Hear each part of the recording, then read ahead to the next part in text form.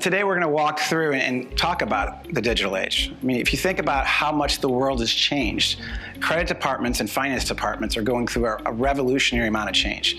I mean, you see it in your personal life. You think about the music industry. The music industry, when I started listening to music, I had these 6 albums of Van Halen. I had to figure out what track I wanted to go to just to get to Running with the Devil. A lot of work just to get that music. And then they came out with CDs. I could listen to it in my car. And then they don't have tape on here, but I use tapes also in my car because it let me go cut grass or do other things better. And now there's iPod shuffles. Being able to share music, you don't have to listen to a whole album of music. You get what you want, when you want it, how you want it.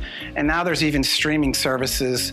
You can watch the Foo Fighters on Twitter and live concerts. So information is so much easier to get to, and we need to spend less time preparing it. So that's what we're talking about today when we talk about, SAP solutions is being able to automate more so you have that greater time for analysis. So there's a lot of reasons for that. The increased volatility in the markets, being able to have new business models. So as you have less preparation time and more things are automated, you become more strategic to your business. So being able to also talk to them about which directions and what future behavior, being able to forecast that behavior, all right?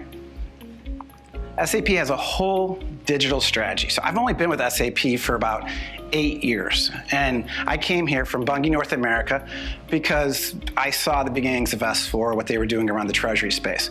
So being able to get something simpler, I know some of you might chuckle, but we're getting simpler user experience, easier to use, innovation constantly. So we're offering cloud solutions so that if you're in an organization where they don't do upgrades every couple of years, we'll give you options with the cloud that will give you different deployment options. And then being able to get real-time analytics, that's what really brought me to SAP, was the fact that when I was working for the customer, we were pushing all that information from a business warehouse, we were having to reconcile it, and we weren't getting that real-time analytics. We were still spending a lot of time just with a lot of latency, not getting those real-time, easy-to-use analytics. So you're really entitled to that same experience you get personally, professionally. So digital finance was created, being able to simplify a lot of these different processes, bringing more of a system of reporting and engagement than a system just of record. All right. Receivables management fits underneath that whole digital finance portfolio.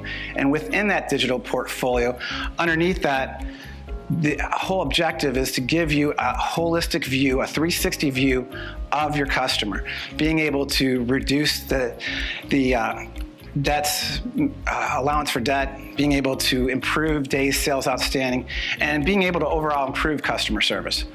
So I'm going to focus really again on credit. Well, there's different parts of the solution.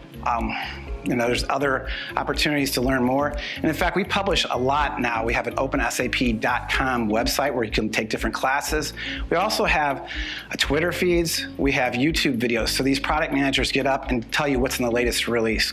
We have quarterly releases of innovation. So in case you're interested, there is a video that I'll share with you at the end that talked about what's in the latest release of SAP Receivables Management.